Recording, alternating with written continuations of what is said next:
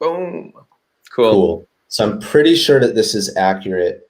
And maybe before we even dive into like what makes these parties interesting and like unique, someone was talking in the chat a little bit about like, in their view, Bennett's a sellout. So let's maybe like from the onset, um, point out a couple things. One, the coalition that just formed is forming on the back of the greatest political crisis in Israel's history. Like we have never had a repeat election from a failure to form a government. Because like think about it, if the biggest party in the Knesset, let's say we have the screen up, right? Let's say Likud, which is this big block of dark blue right here. If they can't form a coalition, then it just goes to the next biggest party, and then usually someone can form a coalition, right? Like if you didn't have 61 people who were happy here, you might have 61 people who were happy here, right? So usually that's what happens. This is the first time that Israel has ever had to have a repeat election, and that's happened now 3 times, right? So it's an unprecedented political crisis, and there's a lot of I guess you'd say fatigue, like ideological fatigue, in the sense that like people are really trying to be pragmatic about like how they go about this, not necessarily because they agree 100% with the people that are going to sit in a government with, but you just need a government. Like we need to pass a budget, we need to like move things along at this point. And the people who are aligned against Bibi would argue that he's been very consciously in favor of not having a government, like that he would rather that there is no government in Israel than have a government be without him in their view. So like that's a very important caveat to put here, which is how we ended up with this weird convergence, this crazy mishmash of parties that we're going to point out believe in very different things. But I think that I have a different diagnosis than you, Adar. I think I'm a little bit more optimistic about the long term, but we can get to that in a bit. Cool. Yeah, I'd love to hear it. For me, it's expressing everything I know about structures and stability when it comes to similarities and differences. Not an expert on it, just what I've observed throughout the years, but I'm definitely open to hearing a different take. So we'll run through the parties one by one. I'll do like a quick 3-word explanation, and you could elaborate, unless you think 3 words is enough. So we have Yesh Atid, which got 17 seats. This is Yair Lapid's party, and we could call it a secular, anti-ultra-Orthodox centrist party. I would say that's mostly right. I wouldn't even necessarily call it, I would say that it's secular in terms of its political orientation, or more accurately, I would say it's agnostic, because you can be a religious person who supports Yesh Atid. Their primary this party started with Yair Lapid. I think it was in 2012. I want to say in the 2012 election. It means in English there is a future, and the idea is that there's a lot of things in Israel that just don't have long-term plans. And Yair Lapid was a media personality who sort of came out of that world and into politics with the idea that like we're going to have a very clear vision. If you want to look online, there's like the 7-point plan, which is like their sort of very clear policy priorities, and they're all very centrist in terms of basically everything, in terms of economics, in terms of social issues. When you say anti-religious, I would say that anti-ultra-Orthodox. Yeah, when you say anti-ultra-Orthodox, I would say like we need to clarify what that means. Agreed. Because there are several parties that are anti-ultra-Orthodox, but they're not anti-ultra-Orthodox in the sense that like, these are big just state-sanctioned hate groups, like religious, right. All hate a religion. It's that ultra-Orthodox people in Israel receive certain benefits from the government and certain exceptions to things like, for example, mandatory military service. And there's a lot of resentment over whether or not that is fair to have sort of different expectations of citizens based on religious status. So that's when we say anti-ultra-Orthodox, that's what we mean. There's a few parties that are like that. Right. Yeah, it's not that they think it's by no means that they think there should be any law or violence or actual hate towards ultra-Orthodox. It's more the benefit they get from the state or even their control over politics. So they'll like refuse to sit in government with ultra-Orthodox parties. Next, you have Blue and White, which is Gantz's party. What's his first name? How am I blanking on his first name? Benny, Benny, like Benny, right, Benny. Yeah, now Benjamin Gantz. everyone's named Benny. Yeah. So he was actually the general when I was in the army. Believe it Me or too. not. Yeah, Benny Gantz. Yeah. He got 8 seats, and I don't even know how different they are from Yesh Atid. Maybe they're a little bit more hawkish on Israel-Palestine, taking like a general stance, and less focused on the ultra-Orthodox. That's like at least the distinction I make, but you might know a bit more. I think that's a pretty fair characterization. The thing that really makes them stand out in my mind is the fact that their list, right, that they're not just their whole party list, but their faction, the members of their party who are in Knesset, this little cluster of light, turquoise dots that you see here. It's basically all former high-ranking officers in the army. In Israel, it's what we call bitchonistim, like people who are like, the security guys. And their sort of view of not just the Israeli-Palestinian conflict, but sort of governance in general is very influenced by that.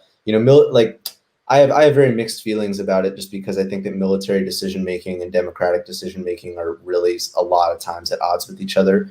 And these are people who sort of look at solving problems and like managing people and organizations through a very specific lens.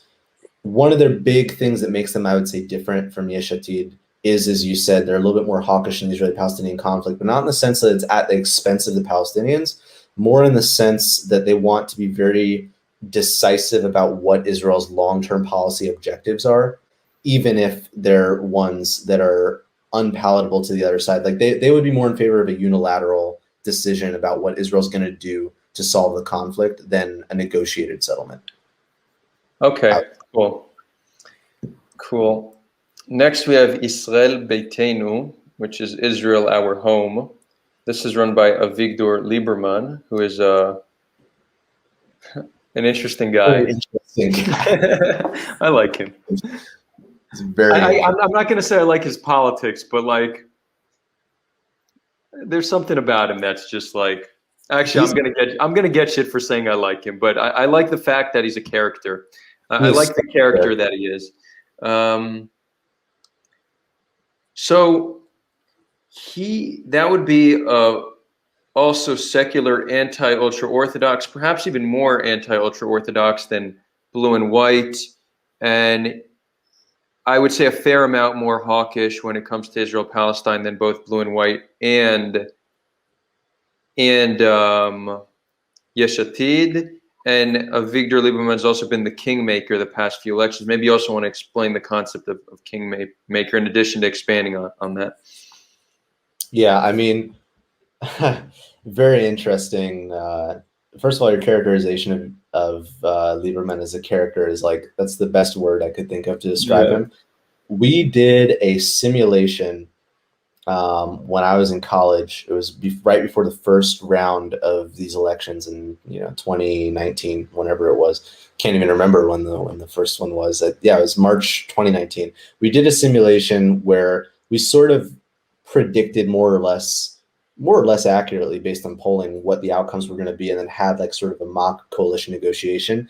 And in that negotiation as well, Lieberman was the kingmaker, meaning that this was the crucial party. When we say kingmaker, by the way, remember, you have to get 61 seats, right? So if you're a party that's 7 seats, you're certainly not the biggest, and you're sort of barely in there to begin with. But if you could tip either way, you could do a left coalition or right coalition, depending on what your priorities are, Israel, Palestine, or social issues. Then you become the kingmaker. You become the vital piece of the puzzle that helps someone get that majority that they need.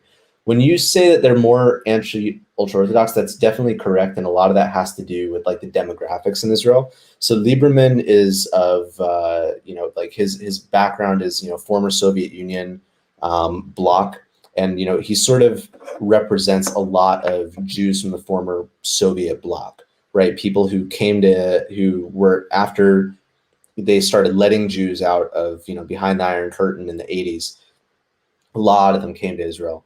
And he really speaks to that demographic, and that's a demographic that really, really struggles with the ultra-Orthodox monopoly over certain institutions in the state, particularly things like marriage, right? So if you want to get married and you're Jewish, then you have to like go through this ultra-Orthodox rabbinate, and they ask a lot of very invasive questions, and there's a lot of very offensive, I guess you could say, value judgments placed on people based on their religiosity, or not just their religiosity, but where they're from originally. So like the ultra-Orthodox community,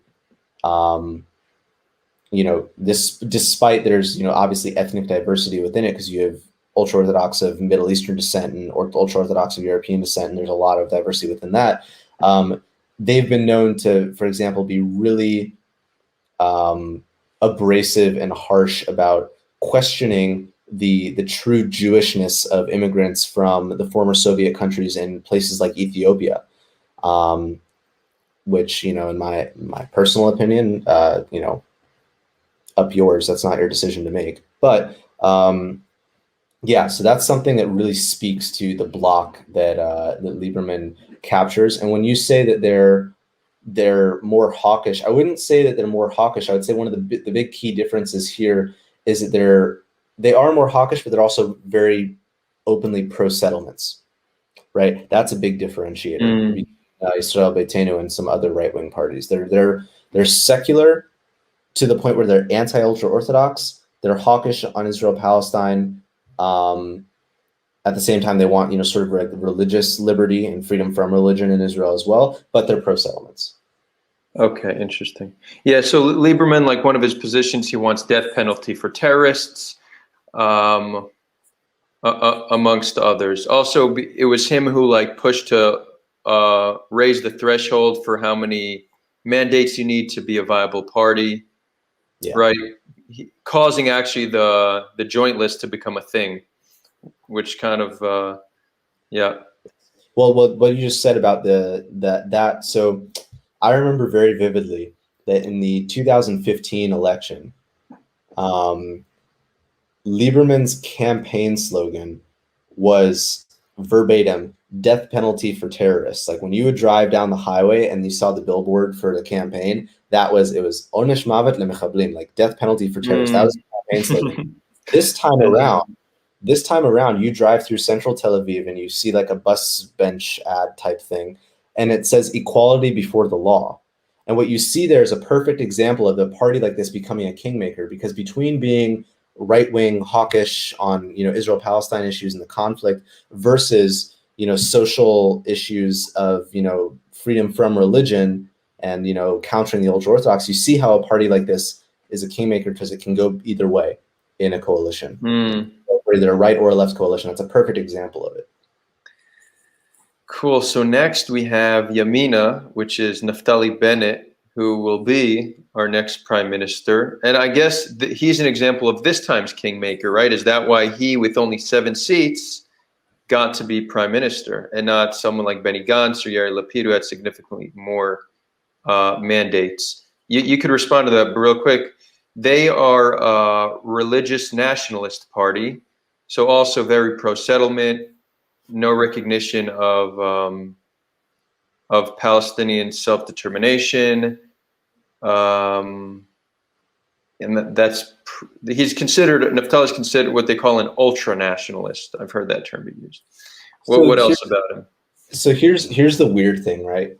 In my past life, I voted for Naftali Bennett in 2 separate elections.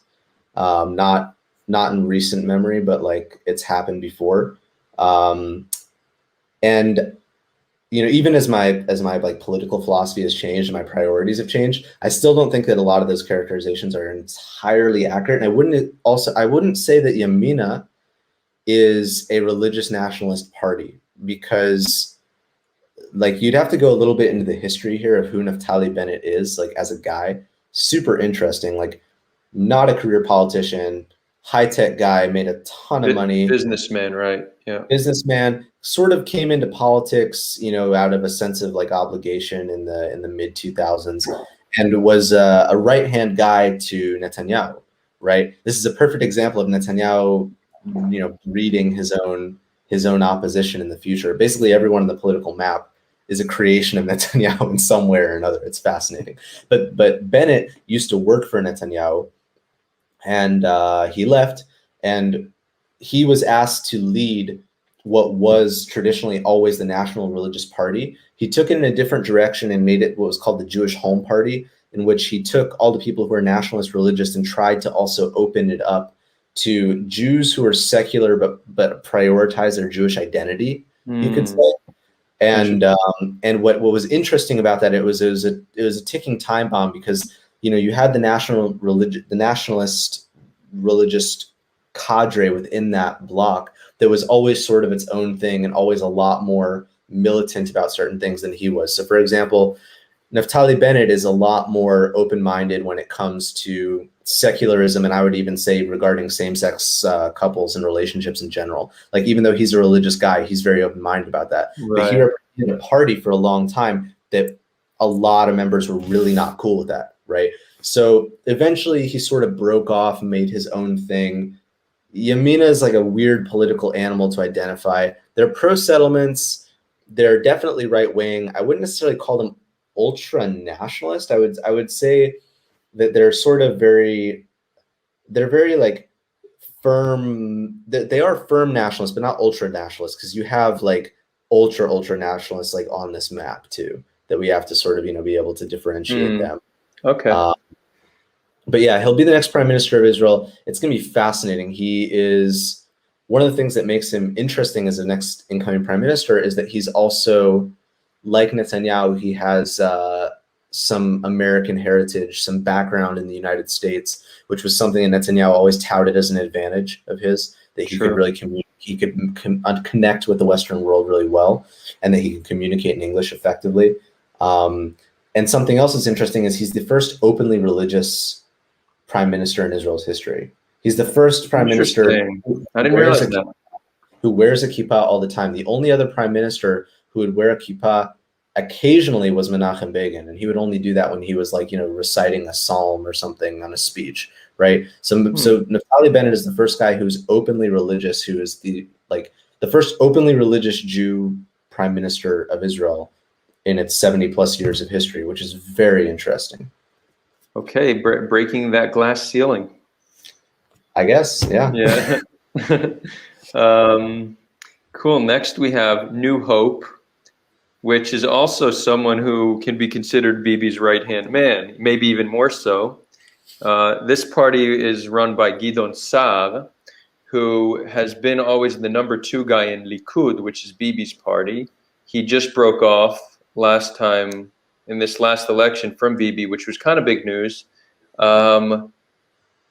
And he's considered to be to the right of Bibi, and actually, and again, Ari, correct me if I'm wrong, but this is what they say, to actually be truly principled. They often say about Bibi is he doesn't have real positions. He'll just say what he needs to say to get elected. What they compliment Gideon Sa'ar with is that he is right wing, but it's principled. He truly believes what he says, and he'll stand by it.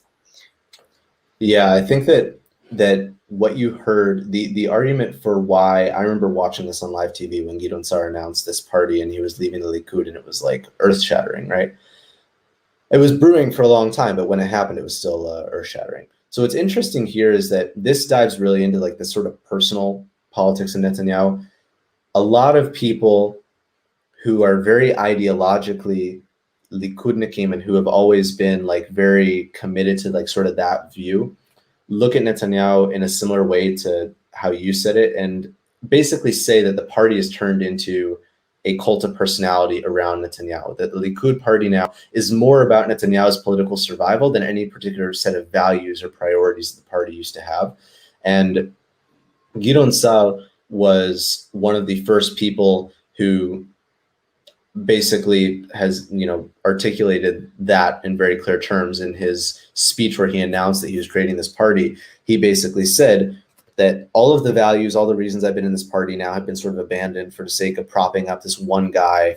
And I've seen that one guy do irreparable damage to the party that I love. And like, I'm going to try and carry on that legacy in my own principled way. And he had some defectors with him as well.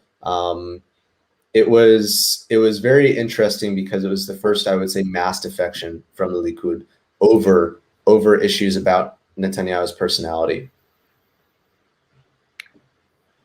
Cool. Yeah. Honestly, I'm learning a lot. I've never been an expert in Israel politics. It's just never been my domain. I'm happy I brought on an expert on this topic.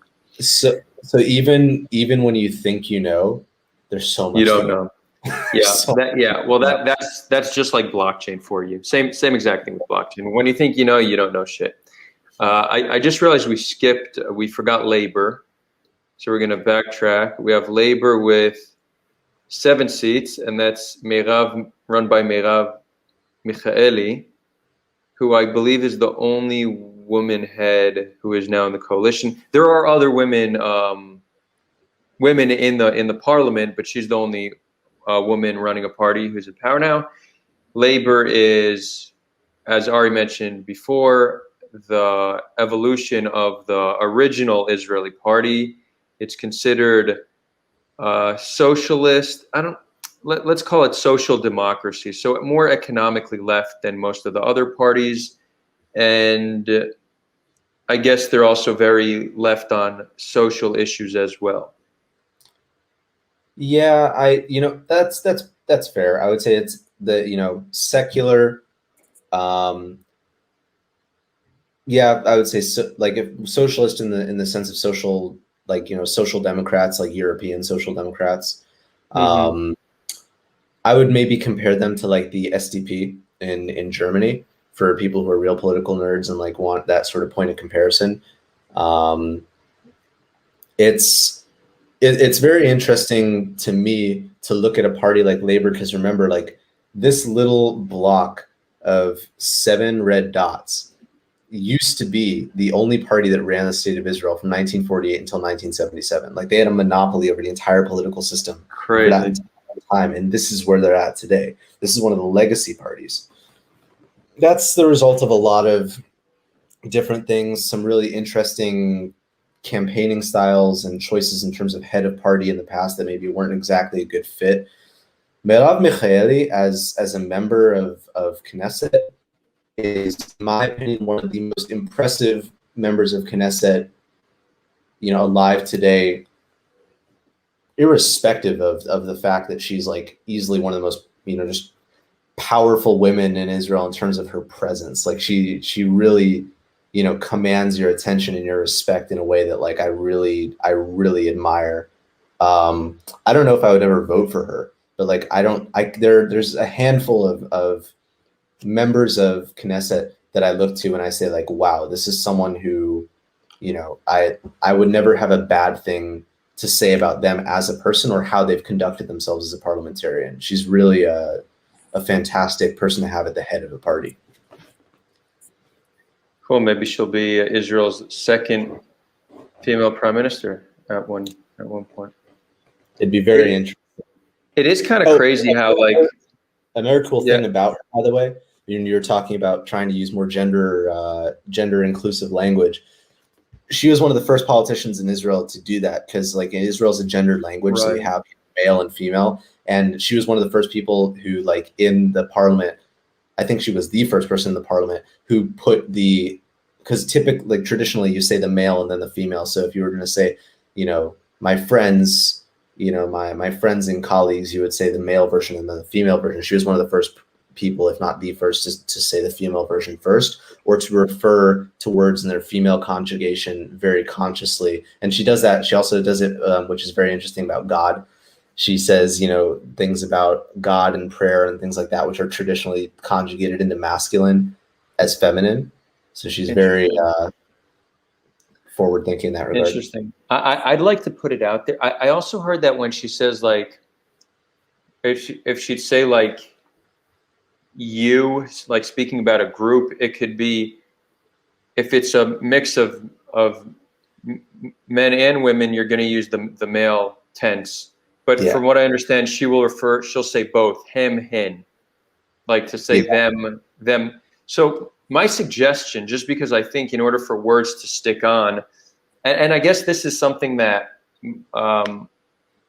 I don't have a horse in this race, but I do think that simplicity helps things scale.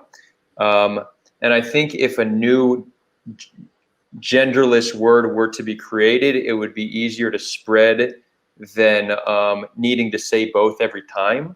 So anybody watching this who wants to kill gendered language, and I could definitely get behind that, especially when it comes to I guess pronouns is a little different. Whatever. I don't want to get too deep into this, but like inanimate objects are have masculine or feminine in many languages, which to me just doesn't make much sense. English being my mother tongue, but instead of just saying both the masculine and feminine version, just have one that's gender neutral. It's going to be easier for people to say and catch on. And if you want more people to say it, simplify it. So I'm just going to put that out there. Meirav, if you ever see this, keep up the good work, but let's get that gender neutral term. Let's spread it. Languages like Spanish and Hebrew and languages that are gendered are really interesting in that regard. There's a lot of cool linguistic experimentation, I would say, going on around that. Are there people trying to reform this stuff? Yep, there's some people who've been trying to create gender neutral forms of conjugation for Hebrew. It's very interesting. I don't know if it'll catch on, but I'd support it. I'm fluent in Hebrew, but I don't get I still mix up masculine, feminine, and my friend, he would often say, he'd correct me, and he's like, bro, don't, shulchan, table. Can't you tell that's, I don't even know which one it is. I'm like, no, dude, I don't assign a sex to inanimate objects. They're all neutral to me. To him, he sees all objects as gendered because he grew, like that's literally how he developed, using gendered language. So, it's pretty obvious. It's pretty obvious to me, Adar, that when I look at a table, it's obviously a female. Duh. You tell right? by all the curves. I don't know. I'm not. I was gonna say something, but I'm just opening a controversial can of worms. But I was gonna attribute to certain male characteristics, but I'm trying to reject the gender norms in general. You could be whatever you want. You could do whatever you want. You're free as an individual to express yourself as you'd like. So with that, let's make all inanimate objects gender neutral. Anyways, we're getting this is almost as off topic as our blockchain. I mean, we're only picking things that are extremely complicated to talk about. So. I actually would like to do just a session on.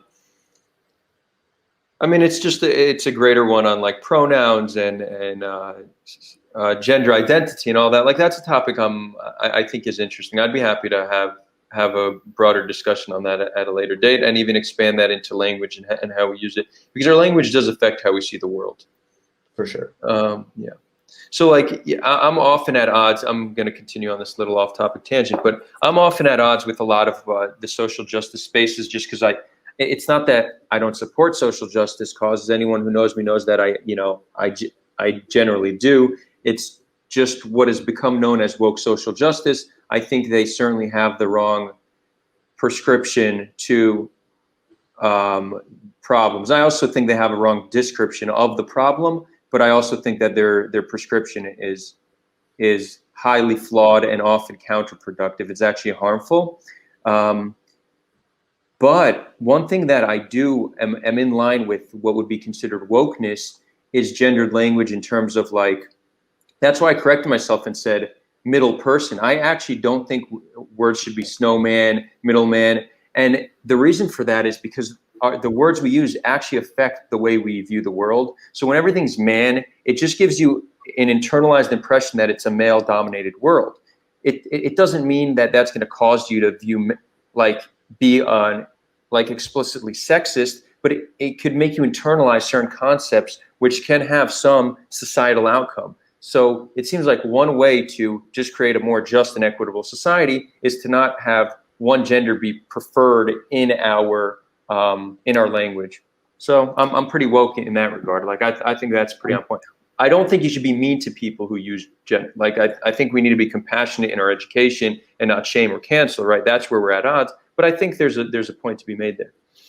I think that you're right, and I think that you should like maybe you're. I don't know. Actually, I don't know. I don't know if I think you're right. I don't know what I think, but what I do think is that if that's how you feel, you should probably communicate that to the president of the United States, who's always saying, "Come on, man." Yeah, and he's gone super woke, but that's true. That's true. I'm gonna have a little word with Come Joe. on, man. Yeah. Come on, Mr. President. Listen, we need to be kind. We need to be kind to people in his current condition. Like he's struggling. Like we got to be compassionate. All right. Back to Israeli politics. Okay, and actually, last but not least, perhaps the most interesting party, Ram, which is Mansour Abbas, the Islamist party, the first time an Arab party has been part of the ruling coalition. Again, we briefly, I guess we described him, but he would be Islamist. I don't know. Maybe you could explain. That's all I could use to describe him, Islamist. I think what we need to do here is we need to look at both of these right here. So these bottom 6 dots right here, my cursor is now, and then these 4 right here. So these are all of the parties that could be classified as Arab parties in the Knesset, right? There's a total of 10. It's not a crazy amount by any stretch of the imagination. But when you see what you see here, Harashima Hamishutefet, that means the joint list. This is actually a conglomerate of several different parties. One of them is Hadash, which is a communist, like openly communist party of Jews and Arabs together. You have Balad, which is in this as well, which is another Arab party. I think it's pretty secular in its orientation. Also, I'm going to go on a limb and say they're sort of quasi-communist as well.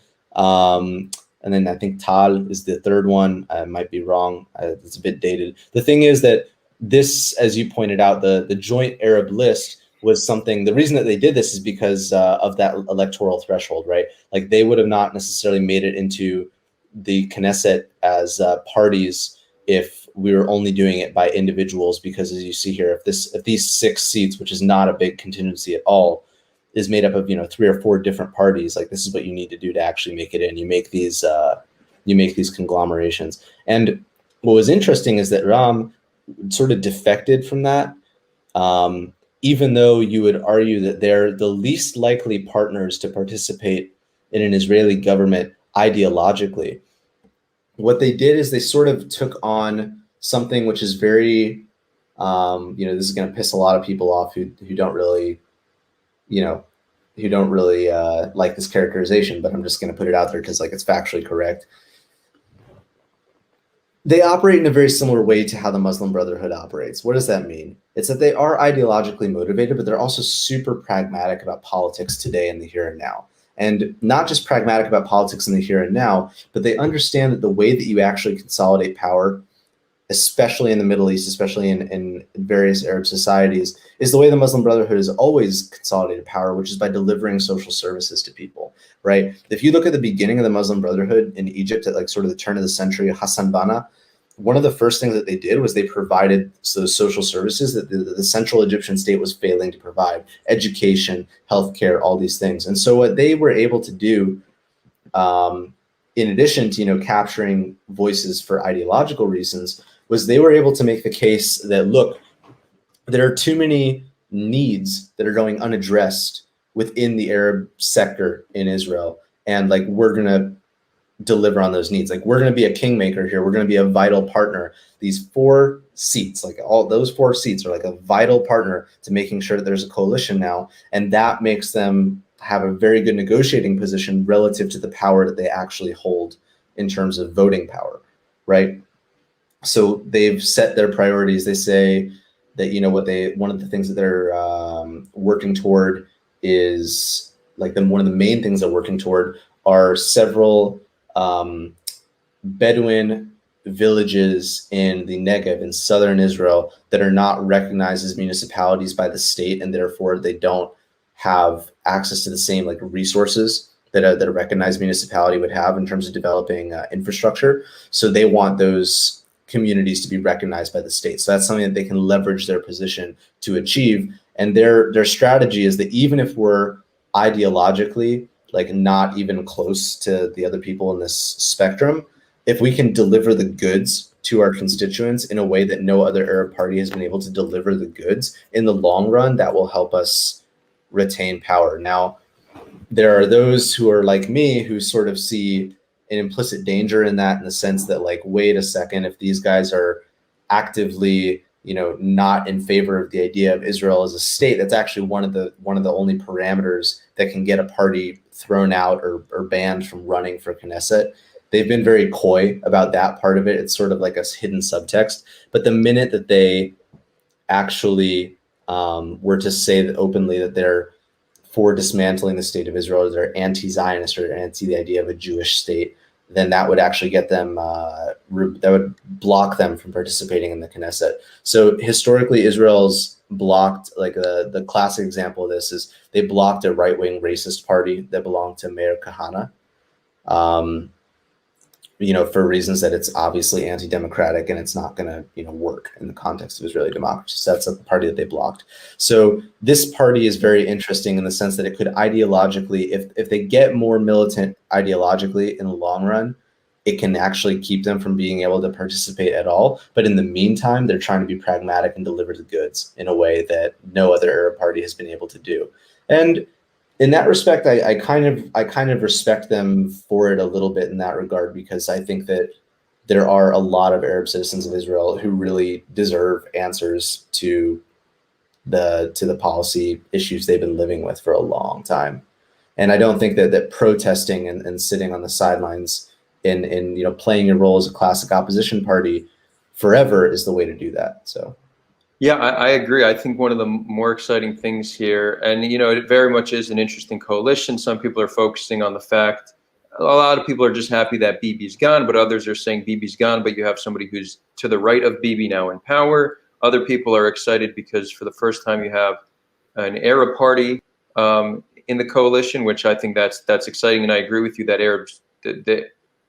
Israeli Arabs and also East Jerusalem Arabs should get involved in politics. I think it'll make their activism stronger. It's cool that Meretz will, there's a lot of parties that haven't had a voice that finally have a voice. I don't think it's going to be stable. I don't think it's going to last. But, I'm personally excited by just this odd coalition to see what happens. Like, it's an interesting experiment. It's something new. The status quo is entirely unsustainable. Bibi's been in power for way too long. So I'm personally excited. Like, even the fact I'm way to the left of Bibi, of Bennett, but I'm happy he's in power, because just, let's see what happens. There's a lot of interesting things going on now. So I'm excited about it. Ari, I do want to hear why you think that this is going to be more stable. Like, well, I'm not convinced it's going to be stable, but I do want to hear what you think. I would